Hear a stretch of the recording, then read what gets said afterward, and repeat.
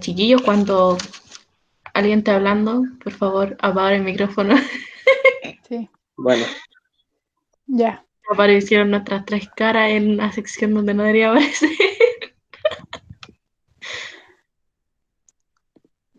Así que... ¿Lo pueden ver, cierto? Sí. Ok. Uno. Ah, el puntero. Ya. 1, 2, 3.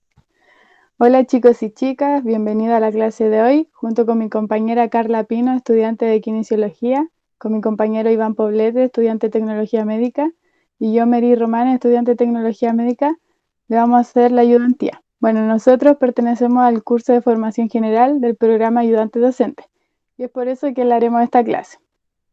Bueno, la clase del día de hoy va a ser de cavidades nasales y paranasales. Nuestro objetivo va a ser que ustedes puedan identificar de la mejor manera la estructura anatómica en, en un dibujo anatómico y también que puedan relacionar las cavidades paranasales con la estructura de la cavidad nasal. ¿Ya? Bueno, para comenzar tenemos que hablar de la nariz. Nosotros lo que vemos exteriormente es la pirámide nasal y esta está conformada por distintos huesos y cartílagos. Aquí podemos observar en la imagen de la izquierda al hueso nasal que está más hacia superior, el hueso lagrimal que está hacia medial, podemos observar su surco nasolagrimal, también podemos ver la apófisis frontal del maxilar. Con los cartílagos podemos observar el cartílago del tabique nasal, que es el más grande. También vemos el cartílago alar mayor y el cartílago alar menor, y están divididos por el tejido celuloadiposo. En la imagen de la derecha nosotros podemos ver una vista inferior de la nariz y se puede observar de manera clara el cartílago alar mayor. Tiene su pilar lateral y su pilar medial. Más hacia posterior vamos a encontrar el tejido fibroadiposo. Y entre medio de estos tejidos vamos a encontrar el cartílago del tabique nasal. Bueno, para contextualizar un poco, nosotros vamos a tener una entrada que le vamos a llamar vestíbulo. Y esta se va a continuar con la mucosa. Y para entrar al vestíbulo nosotros vamos a tener la puerta de entrada que le vamos a llamar narinas. Y vamos a tener una puerta de salida que va a estar más hacia posterior que se va a llamar coanas. Y ella va a comunicar con la nasofaringe. Bueno, el límite entre el vestíbulo y la mucosa se va a llamar limen nasi. Y en el vestíbulo nosotros podemos observar los vellos que tenemos que se le llaman vibrisas. Bueno, en la cavidad nasal vamos a tener distintos límites y vamos a observar una pared lateral, una pared medial, un techo y un piso. Y en cada uno de estos límites vamos a tener distintos huesos. Vamos a partir hablando por la pared lateral. Aquí ustedes pueden ver una imagen de un corte sagital muy buena y se pueden observar, por ejemplo, el proceso frontal del maxilar que está en color rosadito. También podemos ver el hueso lagrimal que se encuentra de color plomo. Podemos ver el etmoides que tiene su concha superior y su concha media de color verde. También vemos la concha inferior, que es un hueso totalmente aparte del etmoides, en color café. Y también podemos ver el hueso palatino en un color celeste. Está más hacia posterior porque el otro celeste es un cartílago. Y finalmente podemos observar el efenoide en color mostaza. Por la parte del piso, nosotros podemos observar el proceso palatino del maxilar y el proceso horizontal del palatino. Ya viendo la parte de la pared medial, nosotros podemos observar que se conforma por el cartílago septal, que está en celeste, bien llamado cartílago del tabique. También encontramos la lámina perpendicular del etmoides, que está en morado, y encontramos el vómer, que se encuentra en color verde. Por la parte del techo, nosotros encontramos el hueso nasal, que está de color amarillo, el hueso frontal de color naranjo y ahí ustedes pueden observar que se encuentra con la porción escamosa, se puede ver su seno y su espina nasal. Y finalmente encontramos la lámina cribrosa del etmoide. Se llama así porque tiene agujeros donde van a pasar vasos sanguíneos para irrigar esa zona. ¿Ya?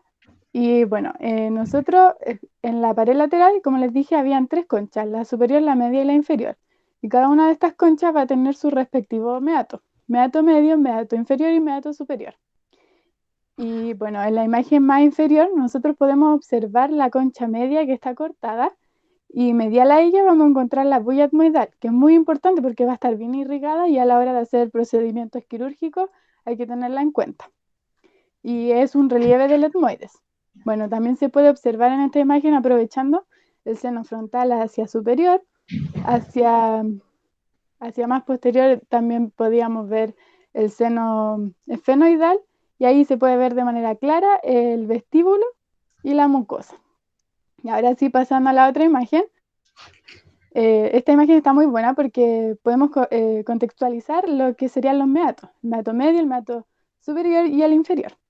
Y en cada uno de estos meatos van a drenar distintas partes de los senos paranasales. Aquí ustedes pueden observar que en el meato inferior va a drenar el conducto lacrimonasal, en el meato medio el seno frontal, el seno maxilar, las celdillas etmoidales anteriores y en el meato superior va a drenar las celdillas etmoidales posteriores. En esta imagen también se pueden observar las narinas, que son la puerta de entrada, y las coanas, que son la puerta de salida. Bueno, para finalizar esta primera parte, quiero que me respondan esta pregunta. ¿Qué estructura es la señalada con la flecha? Alternativa A, rodete tubárico. Alternativa B, meato medio. Alternativa C, bulla etmoidal. Y alternativa D, concha media. Bueno, la alternativa correcta era la C, dado que está en relación directa con la concha media, y ahí ustedes pueden observar en la imagen que la concha media está cortada y medial a ella está la bulla etmoidal, que es un relieve del etmoides. Bueno, yo les voy a hablar sobre los senos y las cavidades paranasales, las cuales son espacios llenos de aire situadas en algunos huesos que conforman el cráneo, los cuales son clasificados como huesos neumáticos. Los senos se dividen en el seno frontal, el seno maxilar, las celdillas etmoidales anteriores y posteriores y el seno esfenoidal. También en esta imagen se puede observar el conducto nasolagrimal que comunica el ojo con el meato inferior. Okay. El seno maxilar tiene una forma piramidal con su base en la pared lateral de la cavidad nasal. Se relaciona por superior con el piso de la órbita y por posterior encontramos la fosa ptericopalatina y la infratemporal. En esta imagen se logra ver que el vértice lateral está en relación con el hueso cigomático y el borde inferior se encuentra en relación con los primeros molares. Finalmente, en la pared anterior del seno podemos encontrar directamente la mejilla. El seno maxilar, como ya se había mencionado, drena en un ángulo superamedial hacia el meato medio. El seno frontal se encuentra por superior y medial a la órbita y por anterior a la fosa craneal anterior. Este seno drena en el hiato semilunar del meato medio a través del receso frontal. Aquí se puede ver una sonda que está pasando desde el receso frontal hasta el hiato semilunar. Las celdillas etmoidales se encuentran por lateral con la pared de la órbita y por medial se relacionan con la concha superior y media. Por superior las celdillas podemos encontrar la fosa craneal media y por anterior superior, disculpen, podemos encontrar el seno frontal. Aquí, como pueden ver, hay una celdilla que es más grande y que está separada de las demás, que se llama ayer nazi. Finalmente, por posterior podemos encontrar el seno esfenoidal. Las celdillas etmoidales se dividen en anterior y posterior dependiendo del lugar donde drenan. Las anteriores drenan en el hiato semilunar, el conducto que se puede ver aquí, y las posteriores drenan en la concha superior, no, en el meato superior, disculpen, en este lugar de acá. Por último, tenemos el seno esfenoidal, que se encuentra en el cuerpo de las esfenoides. Por superior y ubicada en la silla turca tenemos la hipófisis. Lateral a ella y superolateral al seno encontramos la arteria carotídea interna y el tercer par craneal, el nervio oculomotor. Lateral al seno, y que no se puede apreciar en esta imagen, encontramos el nervio óptico y también el vértice posterior de la órbita. El seno esfenoidal drena a través del receso esfenoidal al receso esfenoidal ubicado posterior superior, en esta parte de acá, de la concha superior. Ok, para finalizar la segunda parte, tenemos esta pregunta, que es selecciona la alternativa que describa el drenaje del seno esfenoidal. La alternativa A es drena en el meato superior a través del receso del seno esfenoidal. La alternativa B, drena en el receso esfenoidal a través del conducto de las celdillas hemoidales posteriores. La alternativa C es drena a través del receso esfenoidal al receso esfenoidal. La D, drena a través del conducto nasolagrimal al meato medio. Que la alternativa correcta era la C. El seno drena a través del receso del seno esfenoidal hasta el receso esfenoidal que se encuentra por sobre la concha superior, por lo que no podría drenar en ningún meato. Bueno, ahora yo les voy a hablar de la irrigación de la cavidad nasal. Lo más importante es que las arterias que participan vienen de la arteria carótida común, que posteriormente se divide en la arteria carótida externa y la carótida interna. Primero hablaremos de la externa. Se caracteriza por dividirse en la arteria maxilar, que es la que pasa por el hueso maxilar y posteriormente forma las arterias alveolares, que son las que se encargan de nutrir las piezas dentales. También forma la arteria esfenopalatina, la cual pasa por el foramen esfenopalatino y se caracteriza por tener 3 ramas. Las primeras 2 son las ramas nasales laterales, que son posteriores, que se encargan de irrigar las conchas nasales media e inferior, desde posterior a anterior. El tercer ramo es el ramo septal posterior de la arteria esfenopalatina, la cual se caracteriza en irrigar la parte posterior del tabique nasal y formar el plexo posterior. En cuanto a la arteria carótida interna, esta se caracteriza por formar la arteria oftálmica, la cual pasa por la órbita y posteriormente forma las arterias etmoidales anteriores y posteriores, gracias a que el etmoides está en contacto con la órbita con la lámina papilácea. Las arterias etmoidales anteriores forman 2 ramos muy importantes. Primero, forman el ramo nasal lateral anterior, el cual se encarga de irrigar la pirámide nasal desde el interior.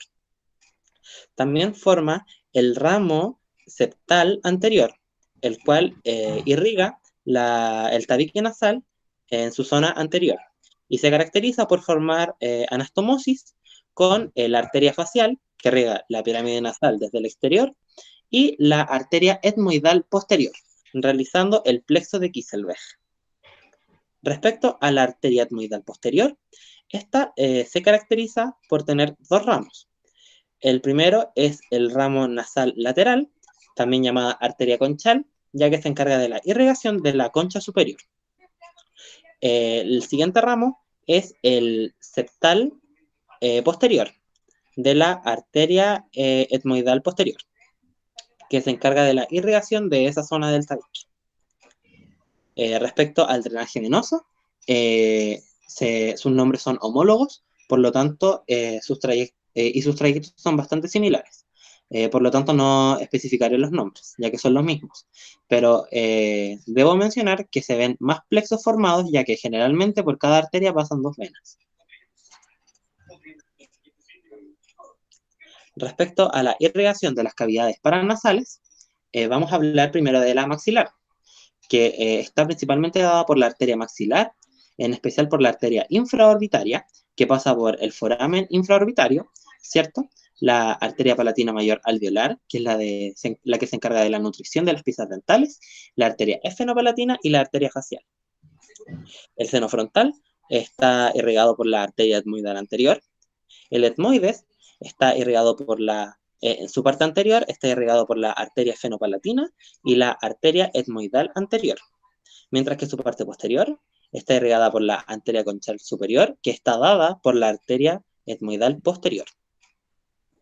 El esfenoides está irrigado por la arteria maxilar, por los ramos de la arteria del conducto pterigoideo y la fosa pterigopalatina.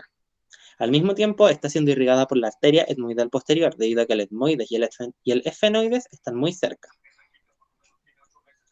Ahora les voy a hablar de la inervación. Es muy importante recordar que la nariz tiene inervación sensorial, es decir, el olfato. Esta inervación está dada por el primer par craneal, el nervio olfatorio.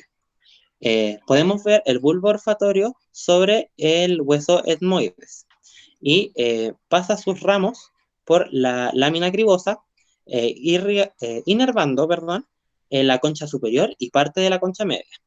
Es necesario destacar que la prolongación de los ramos en la concha media no es igual en todas las personas. Ahora, hablando de la inervación sensitiva, está dada principalmente por el nervio trigémino. Recordemos que se divide en 3 ramas: la oftálmica, la maxilar y la mandibular. En esta ocasión solo participan las primeras 2, que serían B1 y B2. La nariz, o sea, la cavidad nasal, el nervio maxilar da origen al nervio nasal lateral, superior e inferior, que son básicamente los que se pueden ver en las conchas nasales, la media y la inferior, respectivamente. Y el nervio oftálmico da origen al nervio nasal interno lateral y medial, que son los que se pueden ver en el interior de la pirámide nasal. El medial siendo el del tabique y el lateral el de la región donde se encuentran las conchas. Respecto al seno maxilar, este está siendo inervado por B2, principalmente por el nervio infraorbitario, que pasa por el agujero infraorbitario, el palatino anterior y el alveolar superior, ¿cierto? Que es el cual le da la inervación a las piezas dentales. El etmoides está siendo inervado por el nervio oftálmico, principalmente por el nervio nasal interno. El seno frontal está siendo inervado por el nervio oftálmico igualmente, por el nervio nasal interno, por sus 2 ramas, la interna y externa.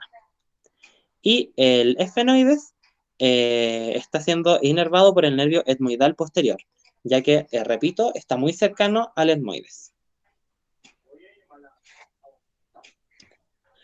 Finalmente, hablaré del drenaje linfático, el cual en el seno maxilar, frontal, etmoidal y las fosas nasales está dada principalmente por los linfonodos retrofaringeos, yugulocarotídeos y submandibulares, los cuales se encuentran detrás de la faringe, entre la yugular y la carótida, y bajo el músculo miloioideo respectivamente. Mientras que el seno esfenoidal solamente está siendo drenado por el linfonodo retrofaringeo. Ahora los dejaré con la siguiente pregunta. Me gustaría que me nombraran la estructura que está siendo señalada con la flecha. Las alternativas son las siguientes: A, arteria etmoidal; B, arteria esfenopalatina; C, arteria nasal superior; D, arteria de la concha superior. La respuesta correcta sería la alternativa B, ya que es la arteria esfenopalatina. Si nos damos cuenta, está saliendo por el foramen esfenopalatino y además está irrigando las conchas medial e inferior de posterior a anterior. Bueno, a modo de resumen de la primera parte, nosotros vimos los límites de la cavidad nasal con la pared lateral, la pared medial, el techo y el piso, y que están conformados por distintos huesos, por ejemplo, el hueso frontal, el maxilar, el pómer, el nasal, etc. También vimos las 3 conchas: la concha superior, la concha media y la concha inferior, con sus respectivos meatos. Y por último, que es bien importante, la bulla etmoidal, que está medial a la concha media. Ok, de esta parte lo más importante es saber dónde drena cada seno. Y en el receso esfenoetmoidal drena el seno de... Ya, corte. Ok, en esta parte lo más importante es saber dónde drena cada seno. En el receso esfenoetmoidal drena el seno de los esfenoides. En el meato superior drena las celdillas etmoidales posteriores. En el meato medio drena el seno maxilar y el seno frontal junto a las celdillas etmoidales anteriores a través del hiato semilunar. Y en el meato inferior drena el conducto nasolagrimal. Finalmente, yo les voy a hacer un pequeño resumen. Respecto a la irrigación, lo más importante es saber que todas las arterias vienen desde la carótida, sea la interna o la externa. Desde la externa viene la maxilar y la... corte.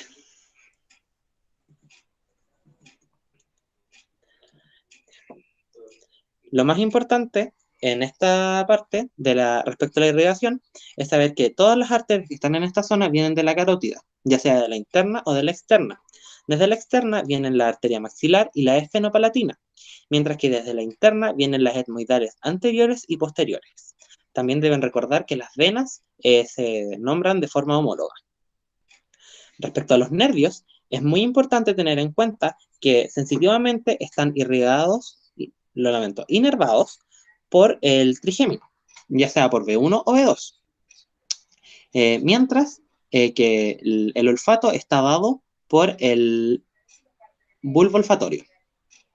Y por último, respecto al drenaje linfático, es importante saber que los linfonodos están en la zona submandibular, en la retrofaringe y entre la vena yugular y la arteria carótida. Muchas gracias por su atención.